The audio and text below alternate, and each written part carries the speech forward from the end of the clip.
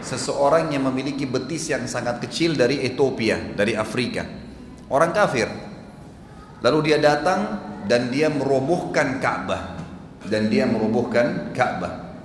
Kata Nabi SAW, demi zat yang ubun-ubunku dalam genggamannya, aku sekarang seperti sedang diperlihatkan oleh Allah bagaimana Dzu Suwakatain ini, orang yang berkulit hitam dari Afrika yang badannya kurus dan betisnya saking kecilnya sampai diberikan julukan Dzu Suwakatain, mencabut batu-batu Ka'bah satu persatu sampai habis. Ya, nggak ada manfaat hartaku, ngapain dulu saya nggak sedekahin, ngapain saya simpan di rekening, ngapain masjid lagi dibangun saya tidak nyumbang, saya tidak terbitkan, tidak cetak Quran, tidak ikut ini dan tidak ikut itu.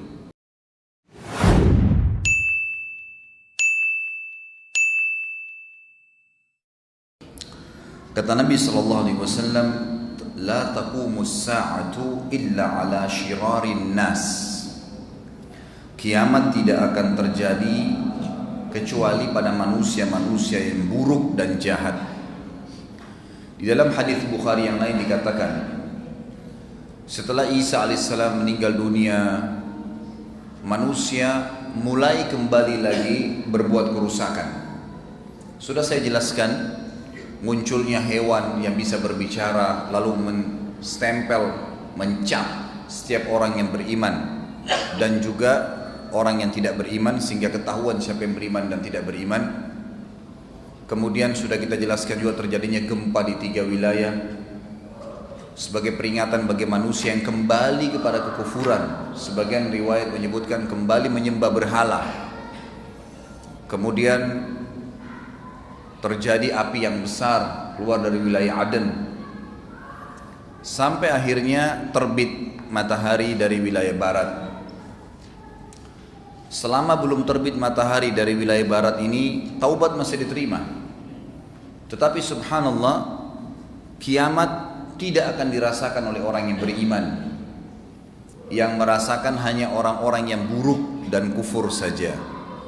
Makanya kata Nabi SAW, sebelum terbit matahari dari barat itu, terakhir sekali, Allah Subhanahu Wa Taala akan meniupkan angin, yang angin ini akan mengelilingi seluruh muka bumi ini, dan tidak ada jiwa yang beriman terkena angin ini kecuali akan meninggal dunia, wafat semua, seluruh dunia, nggak ada lagi orang beriman yang hidup nanti.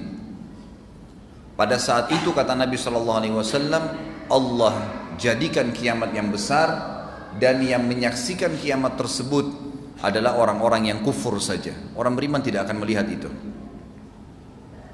Inilah makna daripada sabda Nabi SAW, la taqumus sa'atu illa ala syirarin nas. Tidak akan pernah terjadi kiamat kecuali pada orang-orang yang buruk. Pada pertemuan yang lalu juga sempat saya jelaskan, pada waktu itu sebagian ulama mempertemukan antara dalil-dalil. Mereka mengatakan bahwasanya pada saat orang-orang beriman itu sudah meninggal semua, akhirnya wilayah Ka'bah pun sudah nggak ada yang kunjungin, mati semua orang beriman. Yang lula lalang di muka bumi ini cuma orang kafir saja, yang kufur kepada Allah SWT. Sampai datang satu orang yang mendapat julukan Dzu Suwakatain, seseorang yang memiliki betis yang sangat kecil dari Ethiopia, dari Afrika, orang kafir. Lalu dia datang dan dia merobohkan Ka'bah, Kata Nabi SAW, demi zat yang ubun-ubunku dalam genggamannya, aku sekarang seperti sedang diperlihatkan oleh Allah bagaimana Dzu Suwakatain ini, orang yang berkulit hitam dari Afrika yang badannya kurus dan betisnya saking kecilnya sampai diberikan julukan Dzu Suwakatain, mencabut batu-batu Ka'bah satu persatu sampai habis. Sebagian ulama mempertemukan juga perilaku Dzu Suwakatain ini, kenapa dia hancurkan Ka'bah? Karena waktu itu tersebar berita kalau di bawah Ka'bah itu ada harta tersimpan. Maka dia pun berusaha untuk membongkar, dan tidak ada yang menahan dia pada saat itu karena memang tidak ada orang yang beriman lagi, sudah habis. Kalau ada orang beriman tidak mungkin dibiarkan, gitu kan. Ini terakhir sekali, kejadian ini terakhir sebelum terbitnya matahari dari barat. Karena kata Nabi SAW, kalau sudah terbit matahari dari barat memang sudah tidak lagi orang beriman, tidak akan diterima taubat seseorang. Memang sudah tidak ada lagi orang yang bisa bertobat. Orang kafirin juga tidak tahu kalau mau bertobat seperti apa. Seperti itu kejadiannya. Dikatakan dalam ayat Al-Quran, kalau yang pegang buku, ini memang di sini dalilnya teracak. Kembali ke halaman 83. Disebutkan dalam surah Az-Zumar ayat 68 sampai 70. A'udzu billahi minasyaitonir rajim. Wa nufikha fis suri fasa'iqa man fis samawati wa man fil ardi illa man syaa Allah. Thumma nufikha fihi ukhra fa idza hum qiyamun yanzurun.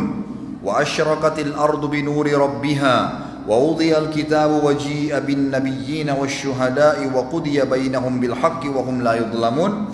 Wa ufiyat kullu nafsin ma amilat wa huwa a'lamu bima yaf'alun. Dan pada saat itu, pada saat dipertemukan dengan hadis Nabi tadi sallallahu alaihi wasallam, tinggal orang-orang kafir saja, ditiupkanlah sangkakala. Maka matilah semua yang di langit dan di bumi kecuali siapa yang dikehendaki oleh Allah. Saya sudah titik beratkan pertemuan yang lalu, yang tidak mati adalah para malaikat-malaikat yang Allah pilih seperti 8 pemikul singgasananya Allah. Jibril, Mikail dan Israfil, peniup sangkakala sendiri tidak mati pada saat itu karena dia punya tugas meniup sangkakala yang kedua. Sementara fungsi sangkakala pertama adalah menghancurkan semua yang Allah inginkan. Nanti sangkakala yang kedua itu pembangkitan, ya, pembangkitan dan ya, pengeluaran seluruh makhluk yang ada di bumi, maksudnya yang sudah dalam kubur. Begitu pula dengan bidadari dan pelayan-pelayan dari bidadara surga, hurun 'ain dan wildanun mukhalladun. Mereka itu juga tidak kena pengaruh dari sangkakala ini. Kemudian ditiuplah sangkakala itu sekali lagi yang kedua. Maka tiba-tiba mereka berdiri menunggu putusan mereka masing-masing. Dan terang benderanglah bumi padang mahsyar dengan cahaya keadilan Rabb-Nya. Dan diberikanlah buku perhitungan perbuatan amal masing-masing, dan didatangkanlah para nabi dan saksi-saksi, dan diberi keputusan di antara mereka dengan adil, sedang mereka tidak dirugikan, dan disempurnakanlah bagi tiap-tiap jiwa balasan apa yang telah dikerjakannya, dan Dia Allah lebih mengetahui apa yang mereka kerjakan. Ayat ini memberikan kepada kita pelajaran, beberapa poin pelajaran. Yang pertama adalah ada 2 tiupan sangkakala. Yang pertama, tiupannya berfungsi untuk menghancurkan semua yang Allah ingin hancurkan, dan semua jiwa yang Allah ingin matikan mati. Di sini ulama mengatakan semua manusia, semua jin, semua hewan, semua tumbuh-tumbuhan hancur. Di langit pun ada kalangan-kalangan malaikat yang kena. Memang Allah musnahkan, tidak ada lagi. Yang hidup hanya yang tertinggal hanya yang Allah inginkan. Kemudian pelajaran yang kedua, tentu sangkakala pertama ini. Sangkakala yang kedua ada pembangkitan. Di dalam hadis Bukhari kata Nabi SAW, antara 2 tiupan, maaf riwayat Imam Muslim ya. Kalau yang punya buku kembali ke halaman 89, hadisnya yang ini, ma bainan nafkhataini arba'un. Antara 2 sangkakala ini waktunya adalah 40. Cuma seperti itu penjelasan. Ada ulama hadis yang mengatakan 40 hari, ada yang mengatakan 40 tahun.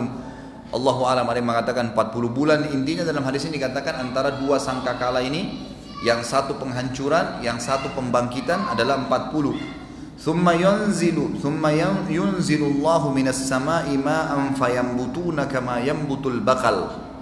Kemudian Allah turunkan hujan yang lebat dari langit, yang kemudian menimpa semua yang ada di muka bumi ini, lalu keluarlah semua yang pernah dikubur di kuburan itu, tulang-tulang tumbuh seperti tumbuhnya bakal. Bakal ini sayuran. Dalam hadis lain dikatakan termasuk hewan-hewan, karena ada riwayat yang menjelaskan bahwasanya nanti hari kiamat Allah Azza wa Jalla akan menghakimi di mahsyar itu termasuk 2 domba. Kenapa mereka saling nanduk? Jadi semuanya dibangkitkan, semua dibangkitkan. Allah turunkan hujan dari langit yang membangkitkan semua makhluk yang sudah wafat. Walaisa minal insani syai'un illa yabla illa alman wahidan wa huwa ajbud dhanab. Semua di tubuh manusia umumnya akan hancur, kecuali ada satu yang akan kekal, tidak akan hancur. Itu adalah tulang ekor seseorang. Minhu yurakkabul khalqu yaumal qiyamah. Dari tulang ekor itulah semua manusia nanti akan dibangkitkan kembali pada hari kiamat. Hadis ini memberikan pelajaran kepada kita bahwasanya memang ada tiupan sangkakala, dimulai dengan itu pada hari kiamat. Ayat Al-Quran yang lain menjelaskan surah Al-Haqqah halaman 85, 84, 85. Al-Haqqah ayat 13 sampai 34. A'udzu billahi minasyaitonir rajim. Fa idza nufikha fis suri nafkhatan wahidah. Maka ingatlah tak kala sangkakala ditiup sekali tiupan yang pertama. Wa humilatil ardu wal jibalu fadukkata dakkatan wahida. Dan pada saat itu akan diangkat bumi dan dicabut gunung-gunung, lalu dibenturkan keduanya sekali benturan, tabrakan semua. Kita bayangkan kalau ada bangunan yang jatuh, dua rumah berdekatan lalu tabrakan sama-sama hancur, seperti apa dahsyatnya. Bagaimana kalau dua buah gunung? Bagaimana kalau seluruh gunung di atas bumi ini tercabut, melayang? Di bab riwayat disebutkan terbang seperti kapas, lalu ditabrakkan kembali ke bumi dengan satu benturan. Kata para ulama, dengan satu benturan itu maka akan berantakan semuanya. Fayauma idzin waqa'atil waqi'ah. Pada hari itulah, pada saat itulah terjadi kiamat. Wanshaqqatis samaa'u fahiya yawma idzin wahiyah. Dan terbelahlah langit pada saat itu. Langit yang kita lihat utuh itu terbelah. Karena pada hari itu langit menjadi lemah. Wal malaku ala arja'iha wa yahmilu arsya rabbika fawqahum yawma idzin thamaniyah. Dan pada saat itu malaikat-malaikat yang memang memenuhi langit, mereka semua berada di penjuru-penjuru langit, kelihatan. Sekarang kita nggak bisa lihat malaikat selain ada hijab di mata kita, tidak bisa. Allah memang belum izinkan kita melihatnya, kecuali pada saat kita akan meninggal dunia, kita akan melihat, menyaksikan malaikat maut, dan itu termasuk fitnah mati yang pertama kali disaksikan oleh manusia. Pada saat itu terbuka langit dan semua malaikat terlihat di langit. Dan juga dikatakan pada hari itu 8 pemikul arsy Rabbmu yang meletakkan di atas kepala mereka juga hadir. Di dalam hadis Bukhari yang lain, sedikit kita tinggalkan dulu ayat ini. Dalam hadis Bukhari dijelaskan, kata Nabi SAW, kalau Allah Azza wa Jal menginginkan sebuah kejadian di bumi, maka didengarkan perintah tersebut oleh 8 pemikul arsy-Nya Allah. Ini memang tidak ada riwayat menyebutkan tentang nama-nama malaikat ini, tapi mereka pemikul arsy-Nya Allah yang meletakkan arsy-Nya Allah di atas kepala mereka. Bagaimana? Jangan dibayangkan. Itu sudah hak kausalitasnya Allah Subhanahu wa taala, karena kita nggak bakal bisa jangkau itu. Kita bahkan tidak pernah tahu komposisi air yang kita mau minum apa isinya. Kasat matanya seperti ini. Jadi banyak hal yang memang manusia tidak jangkau untuk itu. Makanya ada namanya keimanan. Iman itu meyakini sesuatu yang tidak kelihatan dengan panca indera.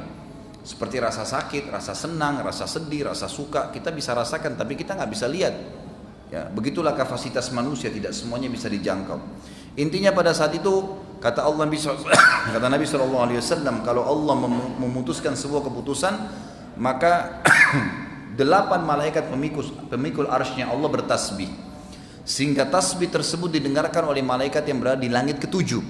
Kemudian mereka semua bertasbih serentak. Lalu kemudian didengarkan tasbih mereka oleh malaikat di langit ke-6, maka mereka pun bertasbih serentak. Lalu kemudian didengar oleh malaikat ke-5, langit ke-5, lalu mereka pun bertasbih. Lalu didengar oleh malaikat langit ke-4, lalu mereka pun bertasbih. Begitu pun langit ke-3, mereka bertasbih. Langit ke-2, mereka bertasbih. Langit pertama di atas kepala kita ini juga mereka semua malaikat bertasbih. Setelah itu seluruh malaikat yang di 7 lapis langit ini bertanya kepada malaikat pemikul arsy yang 8, apa yang Tuhan kita telah titahkan? Ada perintah apa? Sampai tadi kalian bertasbih. Maka berkatalah pemikul arsy-Nya Allah, Allah telah memerintahkan begini dan begitu. apa yang akan terjadi di bumi keesokan harinya, itu baru disampaikan kepada malaikat pada malam itu. Jadi kayak misalnya hari ini Allah SWT memberitakan kepada para malaikat di langit apa yang terjadi besok. Jadi malaikat-malaikat pun banyak tidak tahu, mereka menunggu setiap harinya. Mereka pun tidak mengetahui apa yang Allah Subhanahu wa taala inginkan. Dan ini sesuai dengan makna firman Allah yang lain, bahwasanya Allah Subhanahu wa taala hanya Dia sendiri yang mengetahui yang gaib di langit dan di bumi. Qul la ya'lamu ghaiba fis samawati wal ardi illa Allah. Tidak ada yang tahu yang gaib di langit dan bumi kecuali Allah Subhanahu wa taala. Lalu kemudian diberitakanlah semua yang terjadi keesokan harinya. Pada saat Nabi SAW menyampaikan hadis ini jemaah sekalian, ternyata ada meteor yang sedang jatuh, yang sering kita lihat meteor jatuh. Biasanya di Indonesia ini banyak khurafat kita. Ada yang buka dompetnya alasannya bisa dapat duit, ada yang mengatakan mudah jodohnya, ada yang mengatakan ini, beragam macam khurafat. Dengarkan hadis ini yang mulia. Kata Nabi SAW waktu lihat meteor tersebut kepada para sahabat, apa yang kalian ucapkan kalau melihat ini di masa jahiliyah dulu, waktu belum tahu Islam? Mereka bilang, kami tahunya meteor seperti ini ya Rasulullah, kalau di zaman jahiliyah berarti pada malam itu ada orang yang nanti jadi pemimpin lahir, atau memang malam ini telah mati seseorang yang punya kedudukan yang tinggi di muka bumi, atau memiliki kekuatan dan seterusnya. Khurafat, keyakinan yang tidak-tidak. Kata Nabi SAW, ketahuilah meteor-meteor seperti ini yang kalian lihat bukan karena mati, lahir, sakti, ataupun diijabahnya doa seseorang, tetapi pada saat, ya tadi disebutkan hadis Nabi SAW itu, semua malaikat mengetahui apa yang Tuhan Allah SWT titahkan keesokan pagi, keesokan yang terjadi di bumi, maka syaitan-syaitan datang, kemudian mereka berusaha sampai menyusun ke langit pertama untuk mendengarkan apa yang akan diberitakan besok oleh Allah Subhanahu wa taala kepada para malaikatnya. Maka mereka pun diikuti dengan anak-anak panah yang penuh dengan api oleh malaikat. Dan yang kalian lihat ini adalah serpihan dari bintang yang telah digunakan malaikat untuk menghantam syaitan-syaitan tersebut. Ada syaitan yang kena maka mereka terbakar, dan ada syaitan yang berhasil lolos, kemudian dia kembali ke bumi dan dia menyampaikan kepada kawan-kawannya dari dukun, peramal, penyamun dan seterusnya. Kemudian mereka menghiasi informasi tersebut dengan mi'atu kadzibah, dengan 100 kedustaan. Jadi makanya ada dukun-dukun yang tahu besok hujan di sana, oh nanti longsor di situ, oh nanti begini. Dari mana mereka ambil? Dari setan-setan yang mengambil informasi dari langit yang setiap harinya itu terjadi. Ada yang benar, ada yang salah, dikarang oleh mereka. Yang kebetulan berkenaan kena, gitu kan? Dari 100 semuanya yang dari 199 semuanya bohong, yang satu aja yang benar. Mereka selalu membuih karena setan-setan ini juga menipu manusia. Jadi orang-orang banyak ditipu oleh syaitan. Mereka tidak sadar masalah itu. Saya tidak bahas masalah syaitan dan sihir, tapi saya sedikit hubungkan dengan bagaimana 8 pemikul arsy-Nya Allah Subhanahu wa taala. Lalu Allah menyambung di ayat 18-nya, tadi sudah ayat 17 ya. Yauma idzin tu'raduna la takhfa minkum khafiyah. Pada hari itu tidak ada sesuatu pun yang tersembunyi bagi Allah Tuhan kalian. Fa amma man utiya kitabahu biyaminihi fayaqulu ha umqra'u kitabiyah. Adapun orang-orang yang beriman kepada kitab, menerima kitabnya dengan sebelah kanannya, dalam hadis Bukhari yang lain dikatakan buku-buku akan berterbangan seperti kapas yang banyak, lalu kemudian terbang menuju ke setiap orang di antara kalian. Kalau yang mendapat mendapat kitabnya dengan tangan kanannya, tiba-tiba terbang ke tangan kanannya, maka dia bersyukur kepada Tuhannya. Dan yang menerima dengan tangan kirinya, maka dia akan mengatakan bahwasanya saya belum menerima buku saya tidak tahu apa hisab saya. Lanjutan ayat kata Allah Subhanahu wa taala, inni dhanantu anni mulaqin hisabiyah. Orang yang menerima kitab dengan sebelah kanannya dia berkata, ambillah, coba baca kitabku ini. Fahuwa fi 'isyatir radiyah. Sesungguhnya aku yakin bahwasanya aku akan menemui hisab diriku dengan mudah karena sudah tangan kanan. maka orang itu berada dalam kehidupan yang diridhai, dalam surga yang tinggi. Fahuwa fi isyatir radiyah fi jannatin 'aliyah, di kebun-kebun yang penuh dengan lebat, dan dikatakan kutufuha daniyah, yang kebun-kebun tersebut dipenuhi dengan buah-buahan yang dekat. Kemudian mereka berkata, para malaikat berkata, kulu washrabu hani'an bima aslamtum fil ayyamil khaliyah, makanlah dan minumlah dengan sedap, dengan tenang, dengan senang, disebabkan amal yang telah kalian kerjakan pada hari-hari yang lalu, maksudnya di dunia. Wa amma man utiya kitabahu bishimalihi fayaqulu ya laitani lam uta kitabiyah. Adapun orang-orang yang diberikan kitab di sebelah kiri tubuhnya atau di tangan kirinya, maka dia berkata, wahai alangkah baiknya kira tidak diberikan kepadaku kitabku ini. Walam adri ma hisabiyah, coba juga aku tidak tahu ya hisabku seperti apa. Ya laitaha kanatil qadiyah, coba seandainya kematian yang telah saya lalui di dunia itu sudah menjadi penyelesaian segala sesuatunya. Artinya coba waktu mati ya sudah mati aja, gak usah ada pembangkitan lagi. Dia berharap seperti itu. Ma agna anni maliyah, sungguh hartaku sekali-kali tidak bermanfaat untukku. Bapak ibu sekalian, rekening kita yang penuh dengan nol yang banyak, mobil kita yang mewah bertumpuk, apartemen kita yang banyak, perhiasan yang banyak ditimpun, semuanya kalau anda tidak persiapkan untuk kebutuhan akhirat, tidak disedekahkan, tidak dibagi kepada orang lain, maka pastikan kalimat ini bisa terucapkan dari seseorang di antara kita pada hari kiamat. Naudzubillah. Ma agna anni maliyah, nggak ada manfaat hartaku, ngapain dulu saya nggak sedekahin, ngapain saya simpan di rekening, ngapain masjid lagi dibangun saya tidak nyumbang, saya tidak terbitkan, tidak cetak Quran, tidak ikut ini dan tidak ikut itu. Halaka anni sultaniyah, telah hilang semua kekuasaan dariku. Ini Allah sudah bongkar pada hari kiamat seperti itu pembangkitan orang-orang yang menerima kitabnya dengan tangan kiri. Ini terjadi pada dua golongan. Orang muslim yang banyak dosanya tidak sempat taubat, harus masuk neraka dulu, dan juga orang kafir dan munafik yang pasti sudah kekal dalam api neraka. Khuduhu fagullu, lalu Allah berfirman kepada para malaikatnya, peganglah dia dan belenggu dia, tangannya ke lehernya. Thummal jahima sallu, kemudian masukkan dan lemparkan dia, campakkan ke dalam api neraka yang menyala-nyala. Thumma fi silsilatin dhar'uha sab'una dhira'an fasluku, kemudian belitlah dia dengan rantai yang panjangnya 70 hasta. Innahu kana la yu'minu billahil azim, sesungguhnya sebab itu adalah dulu dia tidak beriman kepada Allah zat yang maha besar. Wala yahuddu ala ta'amil miskin, dan juga tidak pernah mendorong atau memberikan makan orang-orang miskin. Jadi ini jelas bahwasanya kita akan dibangkitkan dengan dua tiupan sangkakala tadi, dan diceritakan secara umum dalam ayat tadi bagaimana pembangkitan di mahsyar. Tentu ayat, hadis, dalil-dalil demi dalil saya akan jelaskan ya.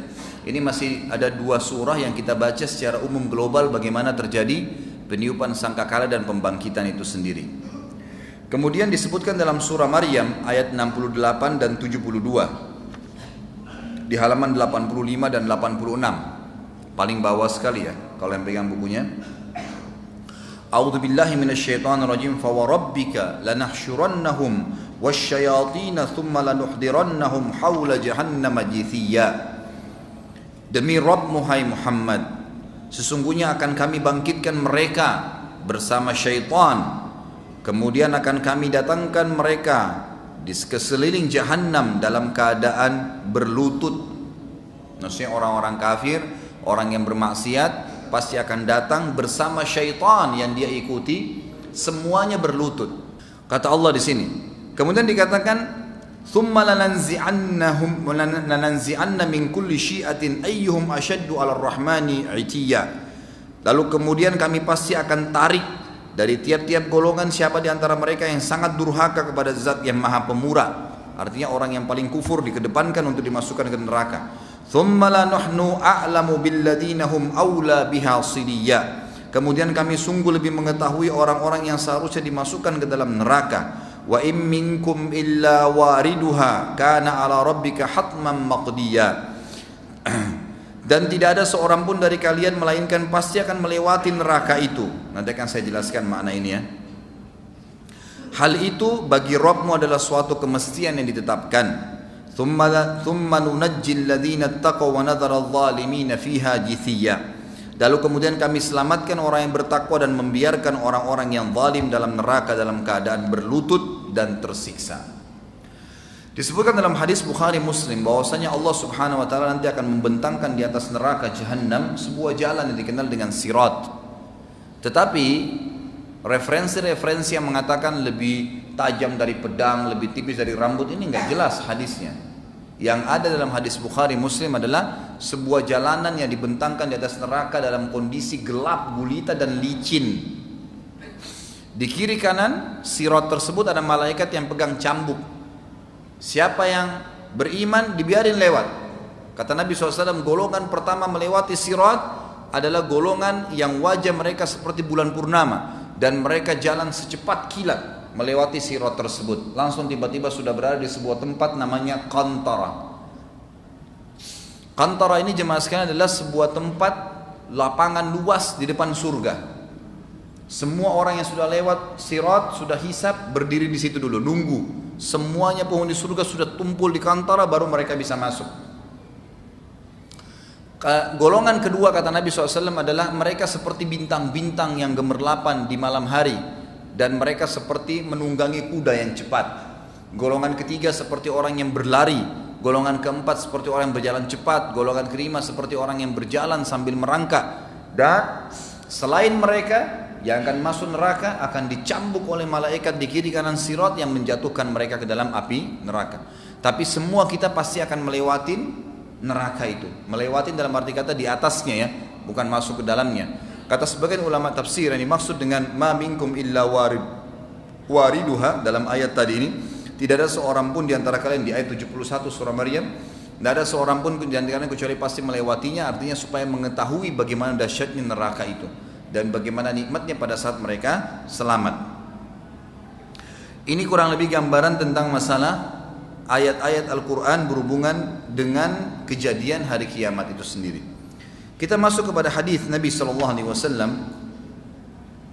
tentang bagaimana kondisi seseorang pada saat dibangkitkan pada hari kiamat. Lihat halaman 89, sabda Nabi SAW di dalam hadis riwayat Muslim nomor 2860. Pada saat beliau berkhutbah, beliau mengatakan, ayyuhan nas, innakum mahsyuruna ila rabbikum hufatan uratan gurla, ala wa inna awwalal khalqi yuksa Ibrahimu alaihi salam, ala wa innahu sayuja'u birijalin min ummati fayu'khadu bihim dhata shimal, fa aqulu ya rabbi ashabi, fayaqulu innaka la tadri ma ahdathu ba'dak. Wahai sekalian manusia, sungguhnya kalian pasti akan dihimpunkan di padang mahsyar di hadapan Rabb kalian dalam keadaan telanjang kaki, telanjang badan dan tidak tersunat.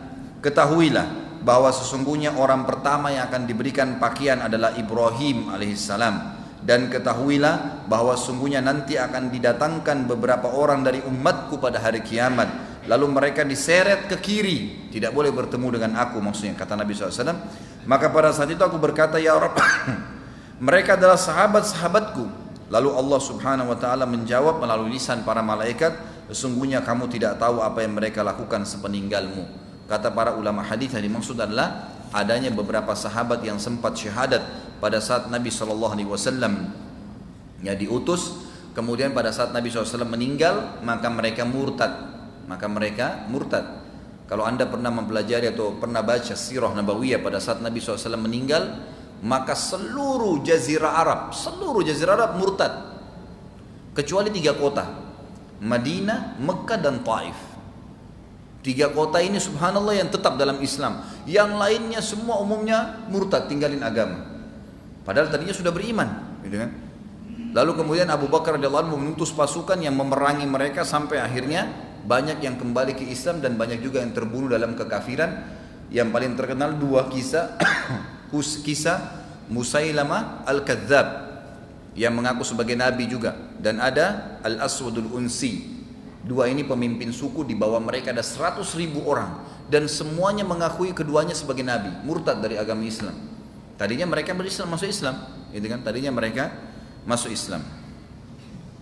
Jadi seperti itu kurang lebih ya gambarannya. Kemudian ada hadis Nabi SAW yang lain, kata Nabi SAW kepada Aisyah, wahai Aisyah, sesungguhnya kita akan dibangkitkan pada hari kiamat. Hadis yang saya sebutkan sekarang tidak disebutkan dalam buku ini ya. Kita akan dibangkitkan pada hari kiamat dalam kondisi telanjang kaki, telanjang badan, dan tidak tersunat. Lalu kata Aisyah, ya Rasulullah, kalau begitu setiap orang akan lihat satu sama yang lain. Laki-laki dan perempuan telanjang, gak pakai pakaian, pasti mereka saling lihat. Kata Nabi SAW, wahai Aisyah, pada saat itu bukan seperti yang kau bayangkan. Gak ada lagi orang mau lihat auratnya orang lain, karena setiap orang hanya sibuk apakah dia akan ke surga atau ke neraka. Saya kasih contoh memahami hadis ini. Kalau terjadi kebakaran, ada orang lari telanjang, Bapak Ibu masih sibuk melihat auratnya? Ini kebakaran, kita bisa kebakaran, bisa mati kebakaran. Dia lari pada orang telanjang, tapi kita pun mau menyelamatkan diri. Atau musuh lagi nyerang, atau terjadi gempa, dan itu. Atau terjadi banjir yang besar, orang sudah nggak pikir syahwat lagi. Itu contoh rasional dunia ya. Di akhirat nanti lebih dahsyat daripada itu, lebih dahsyat daripada itu. Jadi Allah Subhanahu Wa Taala menjelaskan kepada kita dalam banyak sebenarnya ayat Al-Quran. Di antaranya tentang kejadian mahsyar itu ada disebutkan dalam surah Al-Hajj. Saya bukakan dulu karena dalam sini tidak ada. Surah Al-Hajj itu surah nomor 22 ya.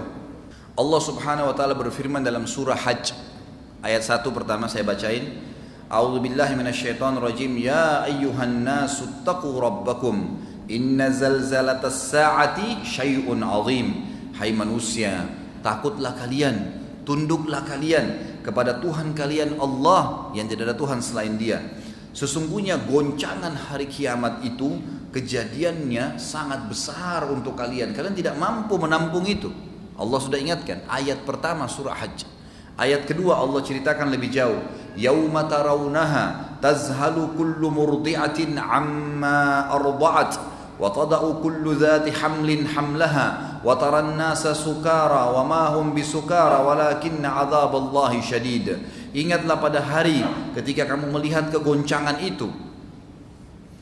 Semua wanita yang menyusui secara otomatis akan melempar anak yang disusuinya. Dan kalau ada wanita yang sedang mengandung, maka segera dia melahirkan atau akan gugur kandungannya. Serta kamu akan lihat manusia seperti orang mabuk semuanya, padahal mereka tidak mabuk, tetapi azabnya Allah sangat keras. Ayat ini atau dua ayat ini menjelaskan kepada kita tentang kejadian di mahsyar.